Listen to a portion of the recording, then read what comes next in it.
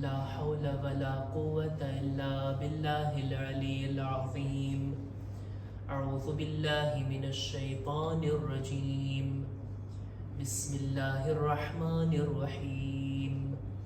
الحمد لله الذي جعل الحمد مفتاحا لذكره وسببا للمزيد من فضله ودليلا على آلائه وعظمته. ثم الصلاة والسلام والتحية والإكرام على خير خلقه وأفضل بريته حافظ سره ومبلغ رسالاته الذي سمي في السماء بأحمد وفي الأرض بأبي القاسم محمد.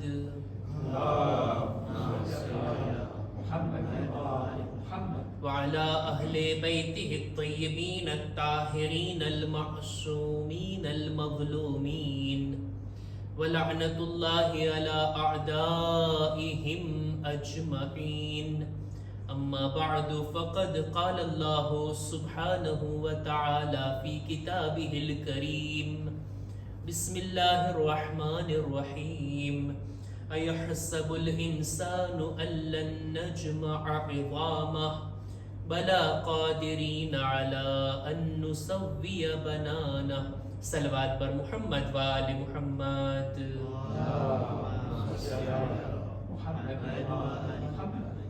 कुराने मजीदनी सूरे क़ियामतनी ત્રીજી અને ચોથી આયતની તમારી સમક્ષ તિલાવત કરી ખુદાવંદ આલમનો શુક્ર અદા કરીએ છીએ કે શબે જુમા અને એ પણ માહે ઝિલકાદની શબે જુમામાં આપણને ફરશે અઝા પર બેસીને અહેલે બેતનું જિક્ર કરવું, કુરાને મજીદની આયતોને સમજવું નસીબ ફરમાવ્યું.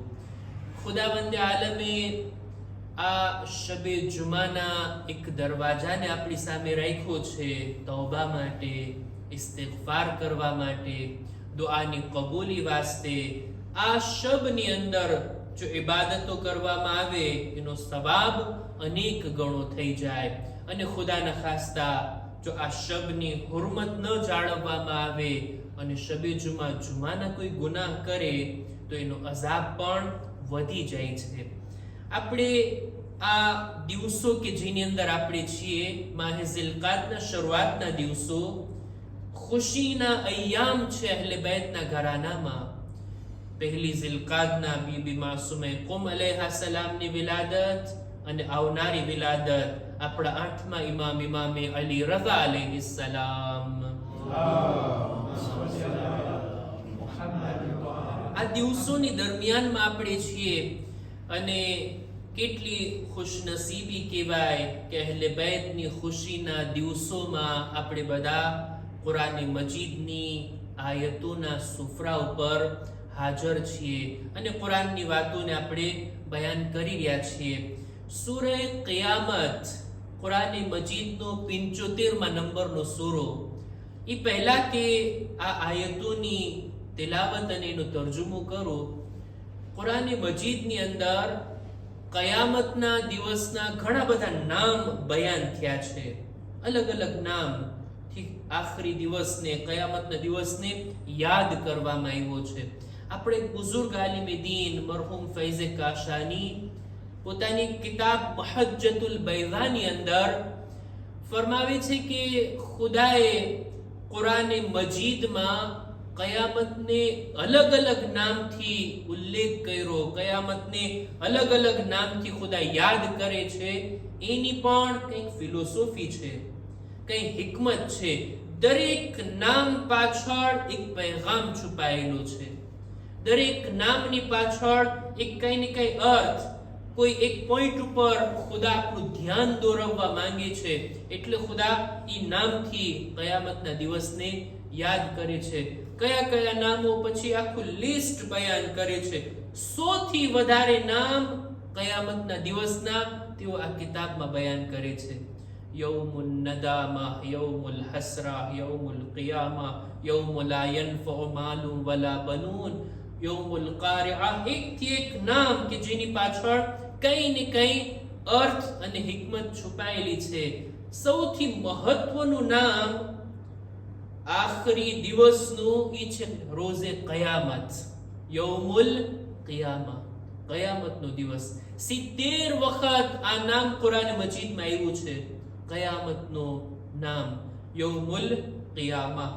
અને આ કયામતનો દિવસ એ દિવસ છે કે જેના ઉપર જો આપણે અકીદો રાખીએ, એના ઉપર જો આપણે ઈમાન રાખતા હોય તો પછી આપણી જિંદગીની અંદર એનો અસર ચોખ્ખો દેખાશે, જેને આપણે એક મજલિસમાં બયાન કરી ચૂક્યા કે જે કયામત ઉપર ઈમાન રાખતો હોય અને કયામત ઉપર ઈમાન ન રાખતો હોય, બંનેની જિંદગી એક સરખી નહીં હોય, બંનેના જોવાના તરીકા એક સરખા નહીં હોય, અલગ અલગ હશે. આપણે એને બયાન નથી કરવું, રિપીટ નથી કરવું, જો કે બયાન કરી ચૂક્યો છું. સૂરે કયામતની 3જી અને 4થી આયતને મારે આજે ટૂંકમાં તમારી સામે રજૂ કરવી છે. એ પહેલા કે આ આયતને બયાન કરું કે એની અંદર શું ખુદા બયાન કરે છે, કઈ વાતનો ઉલ્લેખ છે આયતની અંદર. રસૂલે ખુદાનો એક પાડોશી હતો, ઇબ્ને અબી રબીઆ, એવો રસૂલે ખુદાનો દુશ્મન, એવો કાફિર, એવો મુશરિક. અમુક લોકો એવા હોય ને કે જે દીનને નથી જાણતા, જે ઇસ્લામને નથી જાણતા, ખુદાના પૈગામને નથી જાણતા. અમુક લોકો એવા હોય કે જે જાણતા હોય, દિલમાં સમજે છે કે રસૂલની વાત હક છે, પણ માનવું નથી, ઇઝહાર નથી કરવો, હઠ ધર્મીથી કામ લેવું છે. આ માણસ એવો હતો, રસૂલે ખુદાને પરેશાન કરતો. રસૂલે ખુદા સામે આવીને કહે છે કે શું તમારું કહેવું આ છે કે કયામતના દિવસે ખુદા આપણને બધાને પાછા જીવતા કરશે, પાછા આપણને ઊભા કરશે, આપણા બદનના અંગોને, બદનના હાડકાઓને પાછા જમા કરી અને આપણને ફરી પાછા જીવતા કરશે? આવું બનવા જોગ જ નથી, આવું માની જ ના શકાય. કેમ બની શકે આ વાત? જો મને એટલી લાંબી ઉંમર મળે, આ કાફિર એમ કહે છે રસૂલને, જો મને એટલી લાંબી ઉંમર મળે કે હું કયામતના દિવસોને નજરેથી જોઉં ને, તોય હું તમારા ઉપર ઈમાન નહીં લાવું. હું આ વાતને માનતો જ નથી. મર્યા પછી ખતમ, આ બોડી, આ હાડકા, આ બદન નાબૂદ થઈ જશે. પછી કઈ હિસાબ નથી, કિતાબ નથી, કઈ કયામતનો દિવસ આવવાનો જ નથી. આવી જ્યારે વાત એણે કરી, આ રીતના શબ્દો જ્યારે રસૂલે ખુદાની સામે આવીને કીધા, ત્યારે ખુદા આ આયતને નાઝિલ કરે છે. સૂરે કયામતની 3જી અને 4થી આયત. શું છે આયતની અંદર? ખુદાવંદે આલમ કહે છે, અયહસબુલ ઇન્સાનુ અલ્લન નજમઅ ઇઝામા.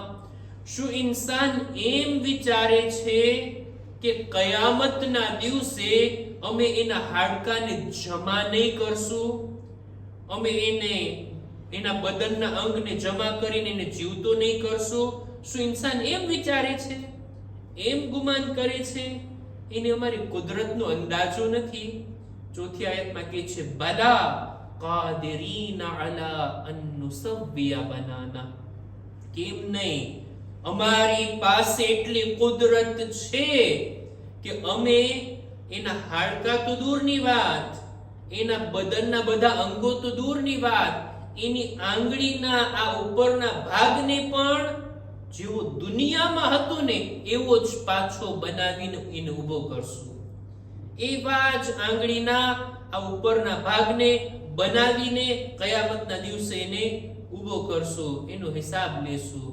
ખુદાવંદે આલમ આ રીતના પોતાની કુદરતને, પોતાની તાકાતને આ ઇન્સાનની સામે રાખે છે. એ ઇન્સાન વિચાર તો કર, તું કાંઈ ના હતો, એમાંથી અમે તને બનાવ્યા. હવે તો તારું કંઈક અસર તો છે ને. આ હાડકા, આ બદન, એનો પાવડર થઈ ગયો, એ ખતમ થઈ ગયા, માટીમાં મળી ગયા. એમાંથી પાછા કાઢવું અમારા માટે ક્યાં મુશ્કેલ વાત છે. સૂરે યાસીનમાં પણ એક આયત છે ને, એક માણસ એક હાડકાને કે જે એકદમ જૂનું થઈ ગયું હતું, એકદમ ખરાબ થઈ ગયું હતું, ત્યાં સુધી કેટલું ગળી ગયું હતું કે એનો પાવડર બની ગયો. એવા હાડકાને રસૂલ સામે લાવી એનો પાવડર બનાવીને ઉડાવી દે છે. કે છે બોલો જો યા રસૂલલ્લાહ, આ પાવડર કે જે ઉડી ગયો, આ હાડકું કે જે ખતમ થઈ ગયું, ખુદા એને પાછું ઊભો કરશે? કોણ છે કે જે આને જીવંત કરશે? મન યુહયિલ હાઝિહિલ ઇઝામ, કોણ છે કે જે આ હાડકાને ફરી પાછું જીવતો કરશે? અને આ રીતના મન યુહયિલ ઇઝામ વહિય રમીમ, આ ગળેલા, સડેલા, ખતમ થયેલા હાડકાને ફરી પાછું કોણ જીવંત કરશે? કુરાનમાં એનો પણ જવાબ છે. જો ખુદાની કુદરત આ આયતની અંદર ખુદા બયાન કરે છે. માણસ એમ વિચારે છે કે આપણે મર્યા પછી આ બદન ખતમ થઈ જશે, યા તો કીડા મકોડાઈને ખાઈ જશે, યા માટીમાં મળી જશે, પછી શું? કેવી રીતના કયામતમાં ખુદા એને ઊભા કરશે? ખુદા આ આયતમાં એનો જવાબ આપે છે. ફક્ત હાડકાની જ વાત નહીં, ખુદા આ વાતને પણ બયાન કરે છે કે આ આંગળીના ઉપરના ભાગને પણ અમે એવો જ પાછો પેદા કરશું, એવું જ ખલ્ક કરશું. કુરાન મજીદની આ આયત 1400 વર્ષ પહેલા નાઝિલ થઈ, અને ઈ જમાનામાં એટલી સાયન્સે તરક્કી નહોતી કરી કે આ વાતને સાબિત કરી શકે કે દરેક ઇન્સાનની આંગળીના નિશાન એક સરખા નથી હોતા. દરેકની આંગળીના નિશાન અલગ અલગ હોય છે. એટલે જ કેટલી બધી વાતોને આ આંગળીના નિશાનથી એના ભેદને ઉકેલી શકાય. કેટલા મુજરિમ, કેટલા એવા ક્રાઇમ કરવા વાળા લોકો કે જેમના આંગળીના નિશાનથી એમને પકડી લેવામાં આવે છે, કારણ કે આંગળીના નિશાન એક માણસના બીજા માણસ સાથે ક્યારેય નથી મળતા. કુરાનમાં ખુદા કહે છે કે આ આંગળીના ઉપરના ભાગને અમે જેવો દુનિયામાં હતો એવો જ કયામતના દિવસે બનાવશું અને એને ઊભો કરશું. આવી કુદરત અમારી પાસે છે. ખુદા કહે છે આવી કુદરત અમારી પાસે છે. આ આયતને સાવ સામાન્ય શબ્દોમાં જો બયાન કરવામાં આવે તો અમારા ઉસ્તાદ આ રીતના બયાન કરે છે કે જો દુનિયામાં ઘણી ઠેકાણે આપણે આપણી આંગળીના નિશાન આપ્યા હશે, કેટલા ડોક્યુમેન્ટ બનાવવા માટે, કેટલી ઓફિસોની અંદર આપણી આંગળીના નિશાન એ લોકો રેકોર્ડમાં રાખી લેતા હોય, અને કેટલા લોકોના રેકોર્ડમાં પડ્યા હોય, એકબીજા સાથે મળતા ના હોય. જો કયામતના દિવસે આ માણસને ઊભો કરવામાં આવે અને ન્યા એની આંગળીના નિશાન લેવામાં આવશે ને, તો પછી જે નિશાન દુનિયામાં હતા ને એની સાથે મેચ થશે, એની સાથે મળશે. એટલી હદે ખુદા બારીકીની સાથે ફરી પાછો આપણને ઊભા કરવાની તાકાત રાખે છે. આ કામ ખુદા માટે કઈ મુશ્કેલ નથી. આ વાતનો જવાબ ખુદા આ આયતની અંદર આપ્યો છે. કયામતનો અકીદો, કયામતના બારામાં જેટલી જાણકારી મેળવીએ ને, આપણને ગફલતથી બેદારી નસીબ થાય અને આપણી આંખો ખુલે કે ખરેખર કયામતનો દિવસ આ રીતનો દિવસ છે જેને ઇન્સાન નામુમકિન સમજતો હોય. ખુદા કહે છે અમારા માટે કોઈ ચીજ નામુમકિન નથી, બલકે અમારી કુદરત એ છે કે અમે તમને ઊભા કરશું. ખાસ કરીને આ આયતની અંદર બે વાતનો ઉલ્લેખ થયો છે. એક તો આંગળીના નિશાન, આંગળીના ઉપરનો ભાગ, અને બીજું હાડકાના બારામાં. એવામ એટલે ઇન્સાનના બદનના હાડકા, ઓસ જેને કહેવાય ને ફ્રેન્ચીમાં, આ હાડકા કે જે ઇન્સાનના બદનના સૌથી મજબૂત હિસ્સાઓમાંથી છે. ખુદાવંદે આલમ એનો જિક્ર આયતમાં કરે છે કે માણસો એમ સવાલ કરે છે કે અમે બદનના આ હાડકાઓને ફરી પાછા જમા કરશું. આ વાત ઇન્સાન માટે અજબ થાય છે. અજબ થઈને ઇન્સાન પૂછે છે ખુદા કયામતના દિવસે આ જ હાડકાને ફરી પાછો જમા કરીને આપણને ઊભો કરશે? હાડકાનો ઉલ્લેખ શા માટે થયો? એની પણ એક ઇલ્લત અને કારણ, એનું પણ એક સબબ કુરાન મજીદની તફસીરમાં આપણા ઉલમા લખે છે કે ઇન્સાનના બદનની અંદર જે ચીજ સૌથી વધારે મજબૂત છે ને તે છે બદનના હાડકા. અને ઇન્સાનના મર્યા પછી એના બદનની સૌથી છેલ્લી ચીજ છે ખરાબ થાય છે ને નાબૂદ થાય છે, એ છે હાડકા. વર્ષો સુધી એનો અસર બાકી રહે. ખુદાવંદે આલમ કહે છે કે આ ચીજ ભલે દુનિયામાં અમુક સમય બાદ, વર્ષો બાદ ખતમ થઈ જાય, પણ અમે એને ફરી પાછા પેદા કરવાની કુદરત રાખીએ છીએ. ખુદાવંદે આલમ કયામતનો અકીદો અને કયામતના બારામાં લોકોનો આ અજબ વાળો સવાલ કે ફરી પાછા આપણને ખુદા પેદા કરશે, એનો જવાબ આ આયતની અંદર બયાન કરે છે. આપણે આ દિવસોની અંદર કે જે આપણે અર્થ કર્યું વિલાદતના દિવસો છે અને કયામતની આપણે વાત કરી રહ્યા છીએ.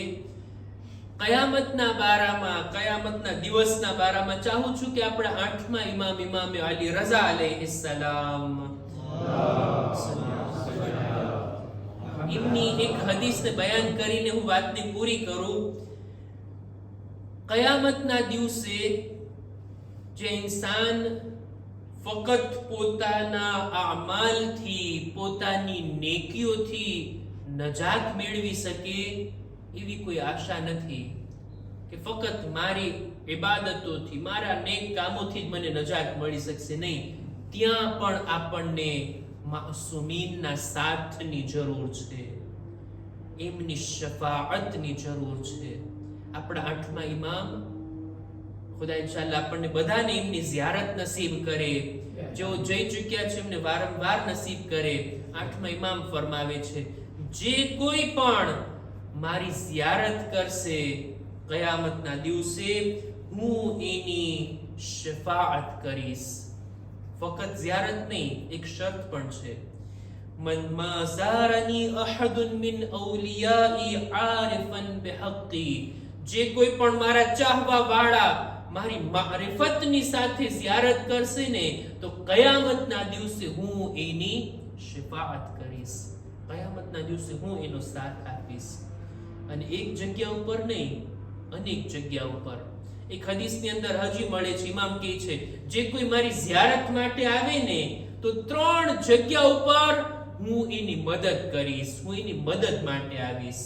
કયામતની અંદર કેટલા બધા મરહલાઓ છે કે જેને પસાર કરવાના છે. જો માસૂમીનનો સાથ ના હોય તો પછી આ મરહલાઓ પસાર કરવા આપણા માટે કઠિન થઈ જાય. સૌથી પહેલો મરહલો આપણા 8મા ઇમામ કહે છે કે જ્યારે નામે આમાલ તકસીમ થશે. કોઈને નામે આમાલ જમણા હાથમાં આપવામાં આવશે, કોઈને ડાબા હાથમાં આપવામાં આવશે. એના પણ કારણ છે. જમણા હાથ વાળો એ નજાત પામનાર, અને ડાબા હાથમાં જેને આપે એનું ઠેકાણું જહન્નમ છે. કુરાનની અંદર આ બધી વાતો છે. જ્યારે નામે આમાલ તકસીમ થતા હોય ને, ઇન્સાનને ખબર નહીં હોય કયા હાથમાં મને આપવામાં આવશે, આ મોકા ઉપર ઇમામ કહે છે, હું તમારી મદદે આવીશ, હું મારા ઝાહિરની મદદ માટે આવીશ. બીજો મરહલો પુલે સિરાત ઉપરથી પસાર થવાનો. ઇમામ કહે છે, ન્યા હું મદદે આવીશ. અને ત્રીજો મરહલો જ્યારે મીઝાનની અંદર આપણા આમાલને જોખવામાં આવશે, એનું બેલેન્સ કરવામાં આવશે, ત્યારે ઇમામ કહે છે, હું ત્યારે મદદ માટે આવીશ. કયામતના દિવસની યાદ, કયામતના દિવસની વાત ઇન્સાનના દિલમાં ગુનાહથી બચવાની પ્રેરણા પેદા કરે છે. કયામતની યાદ આપણને ગફલતની નીંદરમાંથી બેદાર કરે છે, અને કયામતની યાદ નેકીઓ કરવા તરફ આપણને આગળ વધારે છે. અને જ્યારે માસૂમીનની શફાઅતની વાત, એમણે મદદનો વાયદો કર્યો છે, જ્યારે એ વાતો જોઈએ તો ગુનેહગારના દિલમાં પણ આશા અને ઉમ્મીદ પેદા થાય કે કયામતના દિવસે જે નફસા નફસીનો આલમ હશે, આપણે એકલા નહીં હોઈએ, આલે મુહમ્મદનો દામન આપણા હાથમાં હશે. ખુદા ઇન્શાઅલ્લાહ કયામતના દિવસે આપણા માટે માસૂમીનના પાડોશમાં, એમના સાયા હેઠળ અને એમની શફાઅત વાળી જગ્યા નસીબ ફરમાવે, એવી દુઆની કબૂલી વાસ્તે એક બાવાઝે બુલંદ સલવાત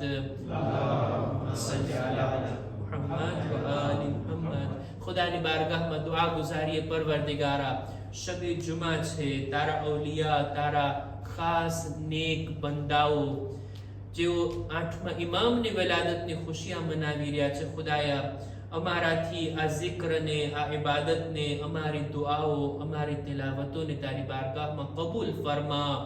ખુદાયા અમારા મા બાપના તમામના ગુનાહોને બક્ષી આપ. માબૂદ, દરેક મુમિનીન મુમિનાતની જાન, માલ, ઇઝ્ઝત, આબરૂની હિફાજત ફરમા. ખુદાયા જો બીમાર છે શફા અને તંદુરસ્તી અતા કર.